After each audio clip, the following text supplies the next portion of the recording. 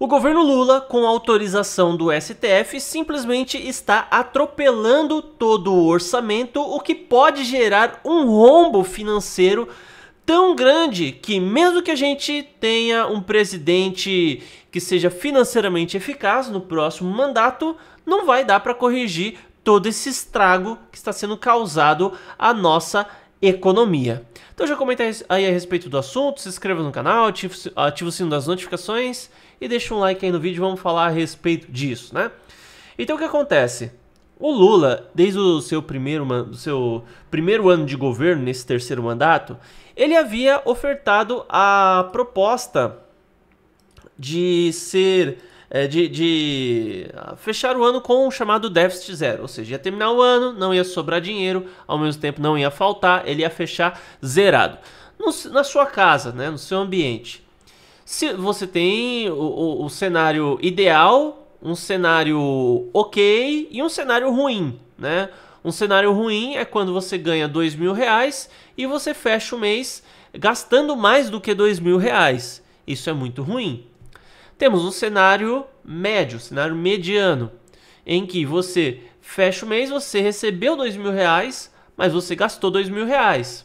E tem o cenário ideal, ou cenário positivo, em que você ganha R$2.000 e gastou menos que isso. Gastou, por exemplo, R$1.500. Sobrou 500 aí para você investir, para você fazer uma reserva e por aí vai.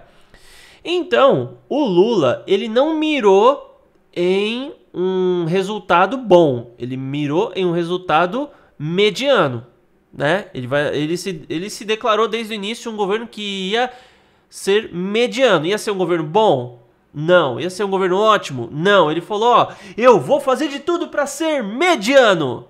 É isso que o Lula fez.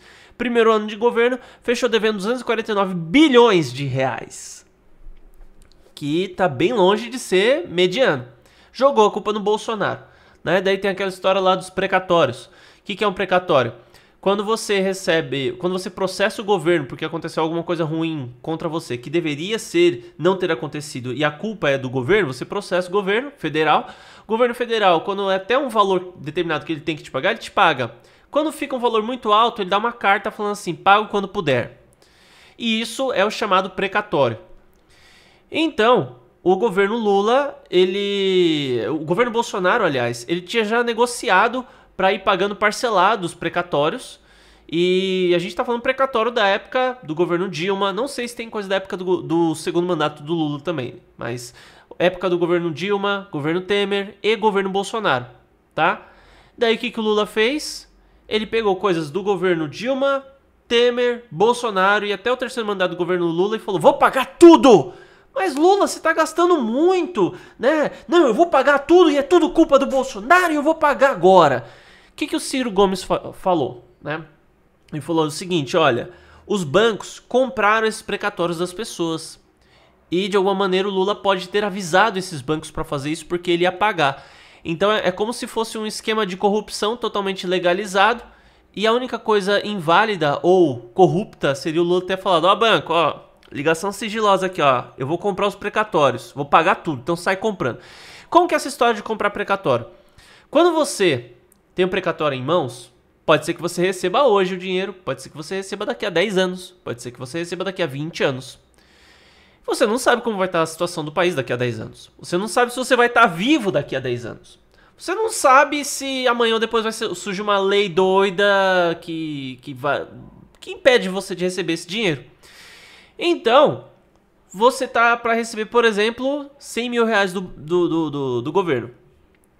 O banco o Itaú pode chegar para você e falar assim, olha, Marcos, pode ser que isso daí demora 10 anos, cara. Vamos fazer o seguinte, vende esse precatório aqui para mim, eu te pago 50 mil na mão.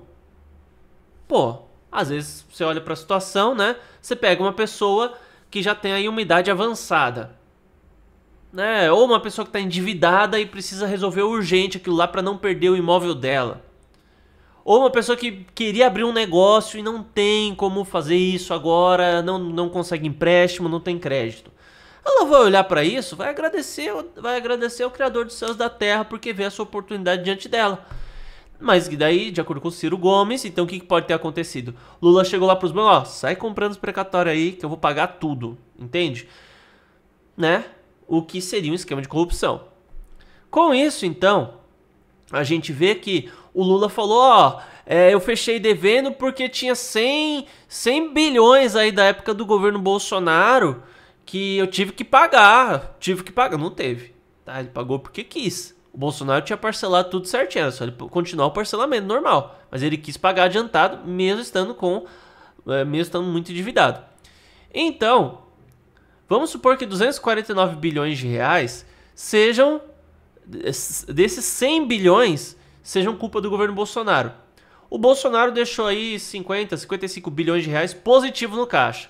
Então, no mínimo, 200 bilhões de reais de dívida é culpa do Lula. É um rombo financeiro, ele gastou muito mais do que deveria. Segundo ano de governo também fechou devendo. No primeiro ano ele falou que a culpa era do Bolsonaro, a gente já viu que não é. No segundo ano ele falou que a culpa era do Campos Neto, que era o presidente do Banco Central, ele aumentou muito a taxa de juros e por conta disso ele acabou fechando devendo. Por quê? A taxa de juros, ela define o quanto o governo vai pagar para você também de juros, se você colocar seu dinheiro no Tesouro Direto. Quando você vai lá no Tesouro Direto, você está dando dinheiro na mão do Lula para ele fazer os projetos aqui no Brasil e tudo mais. E o Lula quer que o juro seja baixinho, para ele pagar pouco para você. Só que, se tá pagando pouco, as pessoas não vão se sentir atraídas a investir no Tesouro Nacional. Porque quanto pior tá a situação do Brasil, maior tem que ser o retorno. É a mesma coisa. Quando você vai empreender, o risco é muito alto, cara. Você pode quebrar, mas você pode também sair de uma pessoa zerada para uma pessoa multimilionária. Com o passar das décadas, um bilionário. Pode acontecer. Agora você consegue se tornar um bilionário trabalhando CLT? Óbvio que não. Porque CLT é uma coisa de baixíssimo risco. Você pode ser mandado embora? Pode. Mas até então você tem aí trabalhando, né? Você tem férias, 13º. Né? Se você sair do trabalho, você vai receber o proporcional, 13º proporcional, férias, tem seguro-desemprego, enfim, né? Tem aí algumas coisas que causam essa falsa ilusão de segurança, enfim, tal, né? E agora, se você é um empresário, você vai, cara, você pode simplesmente quebrar e se comprometer com uma dívida absurda. Mas ao mesmo tempo você também pode fazer muito dinheiro. Então, maior risco, maior possibilidade de lucro. Então, se é muito arriscado você dar dinheiro na mão do Lula, os juros tem que ser alto. E o Campos Neto fazia isso. Daí ele colocou o Gabriel Galípolo no lugar dele. Gabriel Galípolo, o que fez? Ele seguiu o caminho do Campos Neto. Né? Não, o Brasil está numa crise financeira, a gente vai continuar aumentando a taxa de juros. E ainda assim falaram que tudo era culpa do Campos Neto, que o Campos Neto é que já deixou tudo preparado para o Galípolo só ter que ficar sendo obrigado a aumentar a taxa de juros. E a gente sabe que não é. O próprio Galípolo desmentiu e falou, não é isso. Eu tô vendo que precisa aumentar a taxa de juros, eu vou aumentar e pronto, cara. É isso, acabou. Né? Com isso, então, o Lula está desenvolvendo uma nova estratégia. Ele está começando a passar por fora tudo aquilo que o desagrada, né? Vamos supor que você está jogando futebol, você está perdendo, né? Você está perdendo de 3-0. Daí você começa a mudar as regras do jogo no meio do jogo, no meio do seu mandato, no meio do jogo. Não, mas quando o gol ele for feito com uma cabeçada, não vale. Ué, mas peraí, desses 3 gols, um foi de cabeça, então não vale? Mas tá 3-0, mas o que você fez de cabeça não vale. Só os outros 2 que vão valer. Então ao invés de fechar 3-0, vai fechar 2-0? Não, calma aí. Os gols que forem também chutados de dentro da grande área também não vai valer. Peraí, então ao invés de ter um desses gols justamente foi de dentro da grande área. Então, peraí. Então, o gol de dentro da grande área também não vai valer. Então, vai ficar 1-0. Tá. E outra coisa. Quando o atacante chutar com o pé direito, usando chuteira, também o gol não vale. Peraí, então ficou 0-0? Mas você mudou as regras do jogo e desconsiderou coisas absurdas pra fechar o jogo 0-0? É isso que o Lula tá fazendo. Ele tá, com o apoio do STF, modificando regras de forma absurda pra fechar com déficit zero. Então ele chega ele chega e fala assim, ó, gasto que eu tiver pra repor o dinheiro lá do INSS é fora da meta. Ah, tá, então isso é fora da meta, beleza. Estatal que tiver rombo financeiro é fora da meta.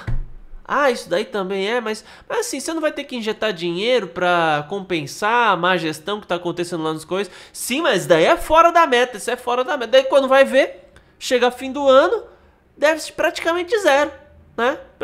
Aí o Lula conseguiu déficit zero. Então você vai ver as coisas do supermercado caras, você vai ver a taxa de desemprego aumentando, o país afundando, mas os resultados oficiais do governo Lula maravilhosos. Nossa, olha só aqui, de acordo com o IBGE, o Brasil nunca antes na história prosperou tanto quanto no governo Lula.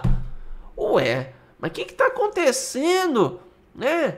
O pessoal da minha família ali desempregado, mas eu tô vendo um monte de mendigo aparecendo na rua, pedinte, né? Recorde de empresa quebrando. É isso, cara. Isso é uma forma de você maquiar os resultados. O Lula está mudando as regras do jogo no meio do jogo. Inclusive, ninguém pediu pra ele, sua meta tem que ser o déficit zero. Ele poderia simplesmente assumir, não, eu serei um governante ruim, vou fechar sempre o ano devendo dinheiro. Ponto. Acabou, né? Eu vou me esforçar, mas provavelmente vou fechar devendo. Ou então ele já faz uma previsão, ó, como o Bolsonaro foi malvadão, ele fez piada, ele respondeu os repórteres que foram grosseiros com ele falou palavrão, a economia do nosso país ficou deteriorada. Então, eu não vou conseguir fechar com déficit zero por culpa dele. Daí ele já fala um negócio desse, ó. Vamos ver aí se a gente consegue fechar em apenas 100 bilhões negativo. Ó, só 200 bilhões. Pô, fala 200 bilhões, fecha com 249? Ah, ok, né? Passa. Mas falar que é zero e fechar com 249, aí você tá de sacanagem. Mudar a regra do jogo no meio do jogo, você tá de sacanagem. Entende como a coisa funciona? É isso que tá acontecendo com o Brasil, que o pessoal não percebe. Ah, mas é o PIB, Marcos, o PIB do Brasil. O PIB do Brasil tá subindo, tá maravilhoso, o produto interno bruto, isso significa que estamos prosperando. Não. O PIB é uma conta burra. Ele é um dos muitos índices que servem para avaliar uma economia num país. É a mesma coisa, por exemplo, para você avaliar a saúde de alguém, você não vai observar um único critério. Você observa vários critérios. Por exemplo, uma das avaliações que o médico faz muitas vezes é olhar se o olho da pessoa está vermelho, né? Isso pode indicar algum problema, ou se está amarelado. Ela pega, olha o olho ali. Então assim, a pessoa está cheia de pereba na pele. A pessoa não está mais conseguindo andar. A pessoa está passando por uma... tá tendo convulsões periodicamente. Mas ela olha lá. Aqui, ó, o olho não está vermelho. O PIB tá crescendo. Então a pessoa tá bem. Entende? É a mesma coisa. Você vai olhar um fator ali? Não. Olha o índice de desemprego. Olha o índice de empresas abrindo versus empresas fechando. Entende? Olha os acordos internacionais que estão sendo fechados, as relações diplomáticas, né, que o Brasil tem. Então, é um conjunto de fatores. Se você for olhar só para um, né? Você vai lá, tem muita gente que tá com uma cara maravilhosa, vai fazer um exame de sangue e simplesmente a pessoa tá com as veias pode estar com as veias do coração entupidas, né? Pode acontecer. Então você olhar um fator e querer definir o Brasil todo por conta disso é uma burrice gigantesca. Mas por que o índice do PIB ele não consegue mostrar a fraqueza do governo Lula? Por que, que o PIB está crescendo então, Marcos, no Brasil? Eu explico isso para você. O PIB ele está crescendo por um motivo muito claro. Um dos itens que compõem o índice do PIB é o quanto um governo gasta. Por quê? A ideia original do PIB é identificar o quanto se investe no Brasil, entende? Então, se você, por exemplo, vamos fazer uma suposição aqui. Se o Lula ele decide a partir de agora a fazer uma viagem luxuosa para Dubai com um turnê em toda a Europa só para dar um rolê. Daí ele fala, não, mas eu vou fazer negociações com outros países. Daí ele não fecha nada. Não fecha nada, mas gastou aí milhões nessa viagem. O que acontece? Para o cálculo do PIB, isso vai considerar que o Lula fez um investimento no Brasil. Mas, em teoria, não foi um investimento, foi um gasto. Aquilo não trouxe retorno nenhum. Lula faz reforma no Palácio Presidencial e na Casa de Campo. Vai entrar como se fosse um investimento no Brasil. Nesse caso é até um investimento, mas é um tipo de investimento que não vai trazer retorno nenhum.